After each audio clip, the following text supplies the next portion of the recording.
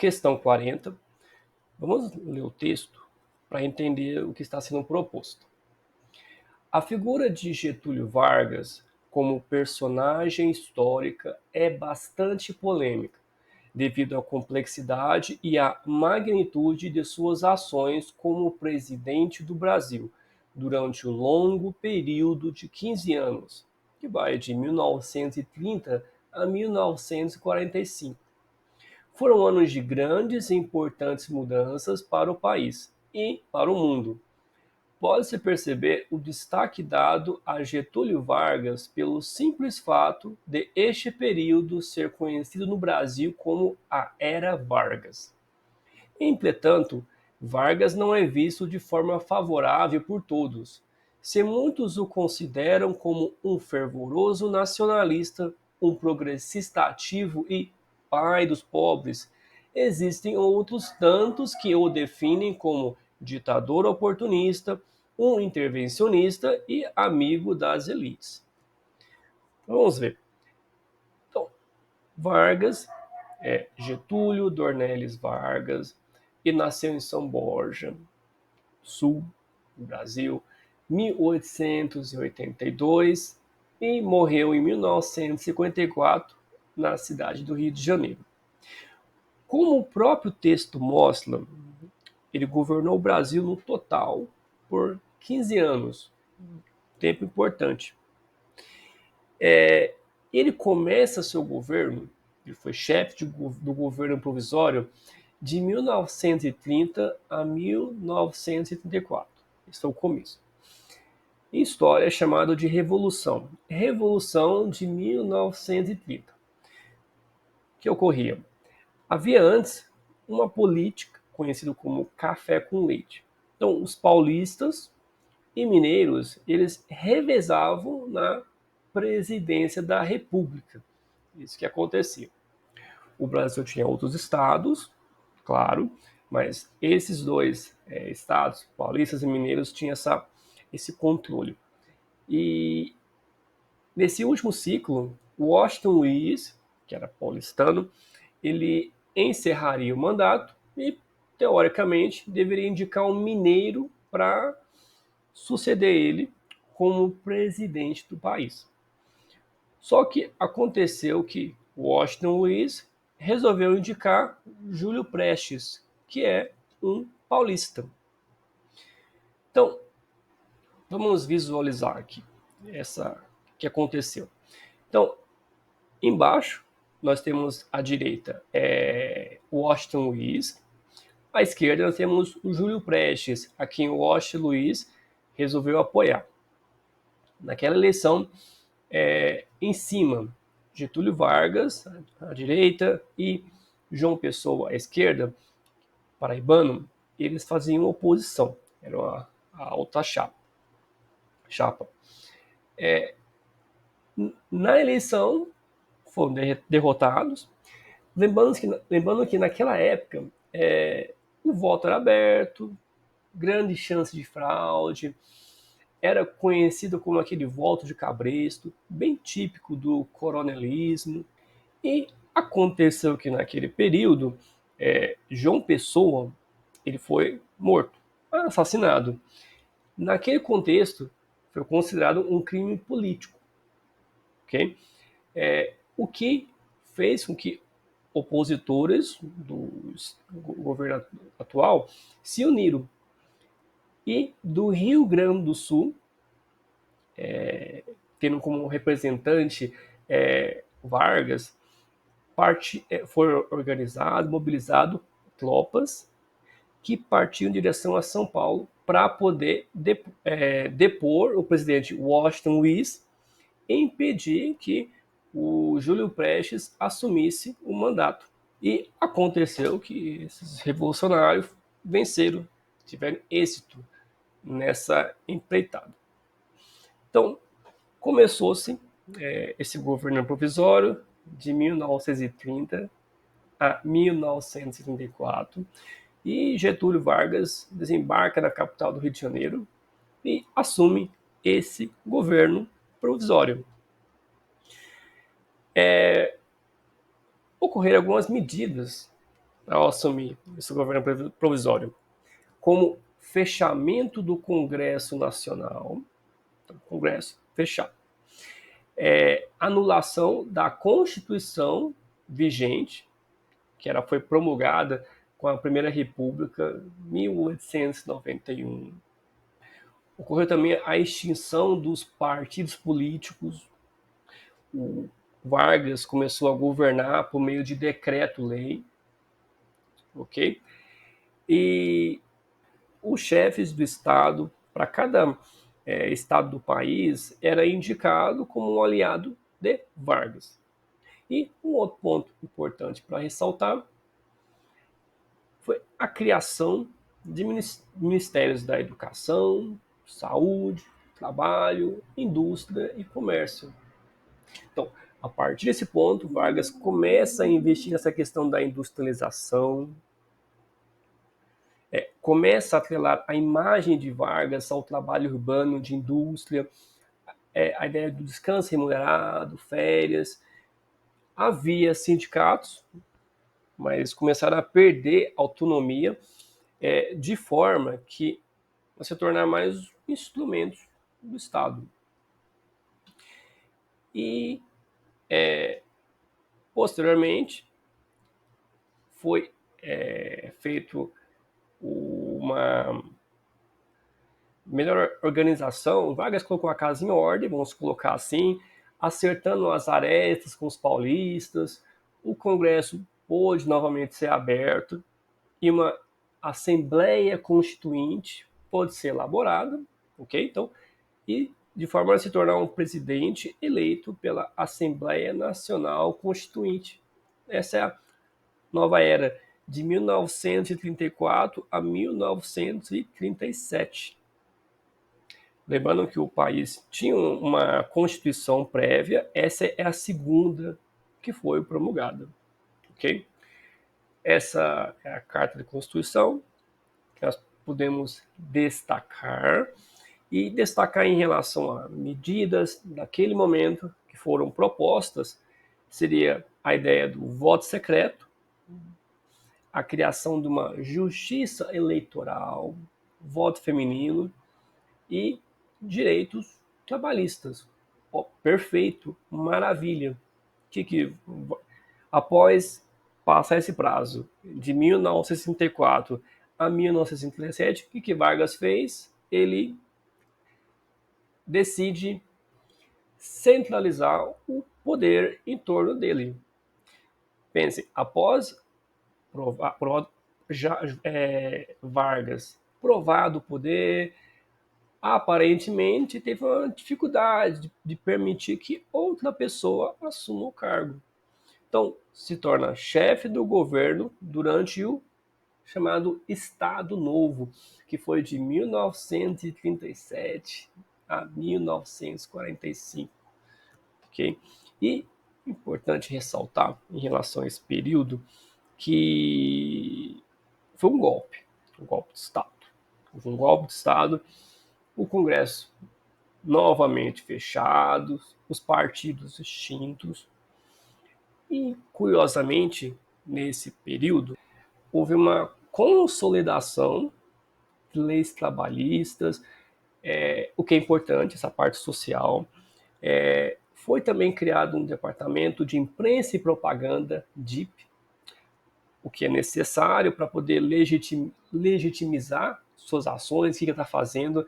Propaganda é muito importante para políticos com perfil, como o de Vargas, no caso. E construiu em torno dele a imagem do pai dos pobres.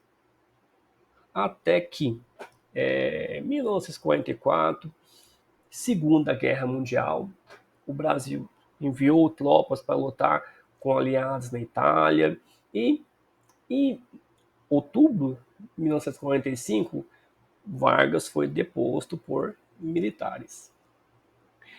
E, numa nova virada, ele foi presidente eleito por voto popular de 1951 a 1954. Ele candidatou-se pelo PTB o Partido Trabalhista Brasileiro, hoje é o PDT, e venceu a eleição. Destaque para esse período em que ele foi eleito, agora pelo voto popular, criação da Petrobras, criação do Banco Nacional de Desenvolvimento Econômico, que era o BNDE, que hoje seria o BNDES. Curiosamente, aprovou a lei de liberdade de imprensa, justamente Vargas, que governou de uma forma ditatorial previamente. E lá no finalzinho desse período, ele fez um reajuste de 100% no salário mínimo pelo ministro do Trabalho, até então, João Goulart. E em uma crise, nesse final de governo, Vargas estava na eminência de ser articulado um novo golpe, e ele ser deposto novamente e decide a cometer suicídio. Vamos voltar à questão, para poder entender o que está acontecendo. Então vamos ler novamente. A figura de Getúlio Vargas como personagem histórica é bastante polêmica, devido à complexidade e à magnitude de suas ações como presidente do Brasil, durante um longo período de 15 anos, 1930 a 1945. Foram anos de grandes e importantes mudanças para o país e para o mundo.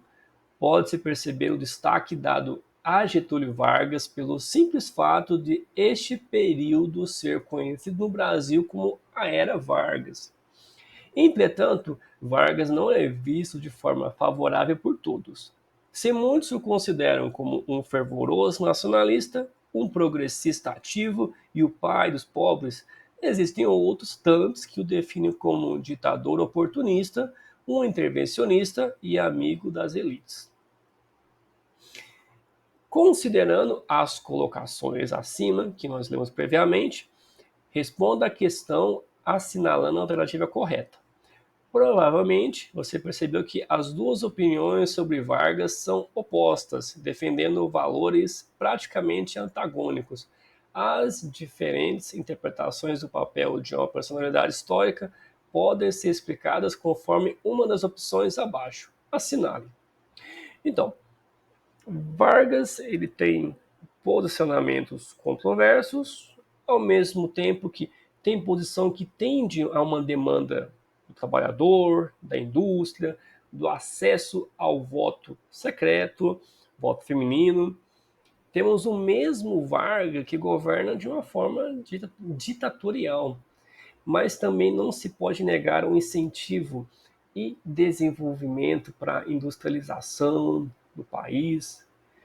Pensando nisso, vamos ver as alternativas. Então, letra A. Um dos grupos está totalmente errado, uma vez que a permanência no poder depende de ideias coerentes e de uma política contínua. Assim, independente da pessoa, a persona, tem uma simpatia por Vargas, porque ele fez. É importante fazer uma análise mais lúcida em relação a isso, avaliar todos os aspectos possíveis. Eu não percebo no governo Vargas ideias e atitudes sempre coerentes e nenhuma política contínua. Me parece mais usar dos meios necessários para se manter no poder. Então, é um ato muito político. Então, letra A não me parece correto. Letra B. O grupo que acusa Vargas de ser ditador está totalmente errado. Quando se fala totalmente uma questão, você pode desconfiar que essa questão pode não estar correta. Ele nunca teve uma orientação ideológica favorável aos regimes politicamente fechados e só tomou medidas duras forçado pelas circunstâncias. Vargas fechou o Congresso, perseguiu opositores, mesmo tendo sido aprovado uma Assembleia Nacional Constituinte, 1964 a 1937, tornou-se chefe de governo no Estado Novo, de uma forma mais ditatorial, podemos assim dizer. Então, letra B não me parece correta. Vamos marcar como errado. Letra C. Os dois grupos estão certos. Cada um mostra Vargas de forma que serve melhor aos seus interesses, pois ele foi um governo apático e fraco, um verdadeiro marionete nas mãos das elites da época. Chamar Vargas de apático e fraco é errado, porque um governo apático, fraco, não teria força política para instituir, no caso, um governo provisório, como ele fez, 1930 a 1964, e nem se manter no poder, com idas e vindas, no caso, durante 15 anos. Então, ele tem uma força política forte no nome dele. Falar que é um governo apático e fraco não está correto. Letra D. O grupo que defende Vargas como um autêntico nacionalista está totalmente enganado. De novo a palavra totalmente. Ao ver essa uma questão, desconfia que pode estar errada a alternativa. Poucas medidas nacionalizantes foram tomadas para iludir os brasileiros, devido à política populista do varguismo, e ele fazia tudo para agradar aos grupos estrangeiros. Assim, na verdade, se você pensar na criação da Petrobras, ela foi criada em 1953. Ela é mais uma proposta de monopólio do Estado para o setor petrolífero do que privilegiar setores estrangeiros. Esse é um exemplo. É claro que teve uma campanha prévia que o mobilizou a isso, a ideia do petróleo é nosso, e, e Vargas soube muito bem dar vazão a isso. Vargas também teve um forte intervencionismo estatal na questão da indústria, fomentando a indústria de base, não necessariamente querendo agradar grupos estrangeiros. Então, letra D não estaria correto. Letra E. Os dois grupos estão errados por assumirem características parciais e às vezes conjunturais como sendo posturas definitivas e absolutas.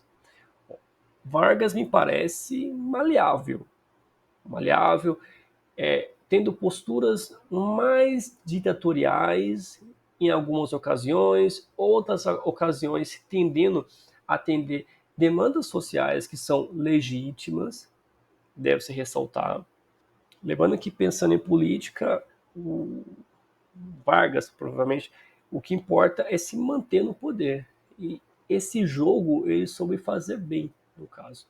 Sendo assim, me parece que letra E está correta, os dois grupos estão errados por assumir características parciais e às vezes conjunturais, como sendo posturas definitivas e absolutas. Então, essa foi a questão de hoje. Fiquem bem e até o próximo vídeo.